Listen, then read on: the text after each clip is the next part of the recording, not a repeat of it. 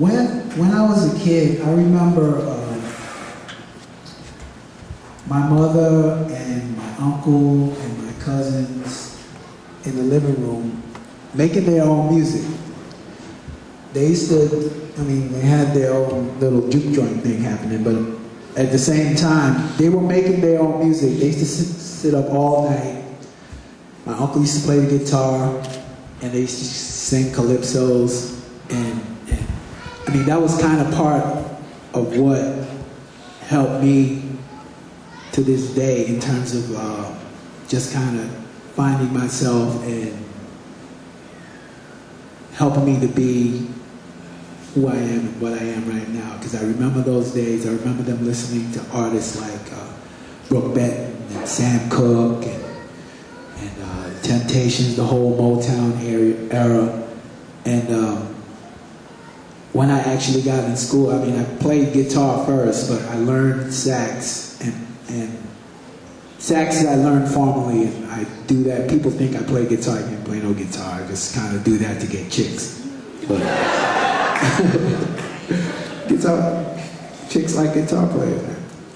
So I think it's important for parents and adults to guide their kids the right, because my kids, they're aware of a lot of hip-hop and what's happening now, but they remember me listening to Stevie Wonder and Motown and the Beatles, and they know all of that stuff. And when we were recording our albums, they were like right there. I don't know if Guy is here. Is Guy here? Guy was holding my son Armand in his arms, recording tapes in my living room. So they have a clear sense of what real music is, how the process of making it, and I'm off my soapbox right now.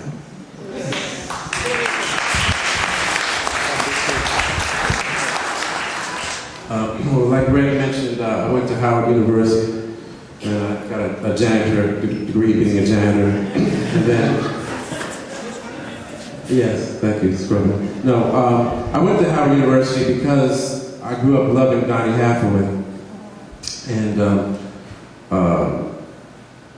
Roberta Flack and all those people, from that era. And a lot of times when I think about when I went to music school, I really didn't use any of it. And I think Howard University and Washington, D.C. just has so much stuff in the air that whether you use it or not, it was just kind of there, And I, grew up listening to a lot of different types of music, but in terms of, my development, it started with, a lot of R&B and soul stuff. But the transition was, which kind of connects to The Family Stand. When we did our first album in 1988, I wasn't conscious of it, but I knew what was ever going on in the 1980s. I couldn't, excuse my language, effing stand.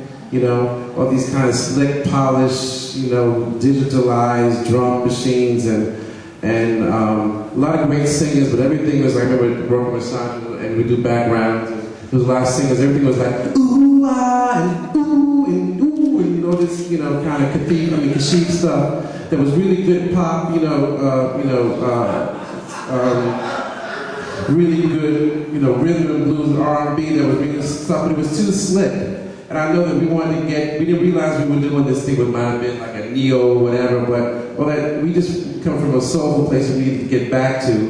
And also R&B music at that time, there was a missing link. The missing link was returning back to that rock flavor that came from us, originally, And the thing is, I'm mixing a whole lot of points, but what's important for people who are younger now to remember, when I speak to a lot of people about certain musicians, they don't know the ones that weren't out last week.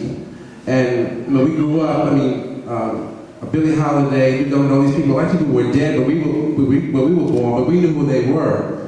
But we speak to 9-year-olds now, they barely know that. A lot of them schools now, they don't know who Donny Hathaway is, they don't know the Isley Brothers, they don't know blah, blah, blah, blah. And we knew all these people before us. I never listened to the Platters, but I knew who the Platters were, and even though we're way before my time. So that's a missing link here with a lot of young people and the most important thing is actually speak to their parents, which are us. We should play that music in the house. We should play that music in the house. I mean, the first song I ever remember, and it was out before I was born, was Ray Charles. But to this day, when I see Ray Charles, just in my mind, I see Ray, it just hits me in a way I'm not even aware of. So children need to hear all these types of music, and if they combine that with the beauty of what's now, because the technology is fantastic. Those hip hop beats that we hear, like Hey Baby and all that other stuff, those beats are bad. You can't fight the beat, but mix that beat with something spiritual on top of it, and you have the whole universe. You know what I mean? So beats are gonna always change. So growing up, hearing certain types of music, but then bring together that rock energy, which is an energy that's a part of us that really is an energy of revolution, because now hip-hop is corporate, but there's something in rock that even though it can become corporate, there's something in the nature of rock music that it's supposed to be about revolution. It's supposed to be about being contrary. You know what I mean?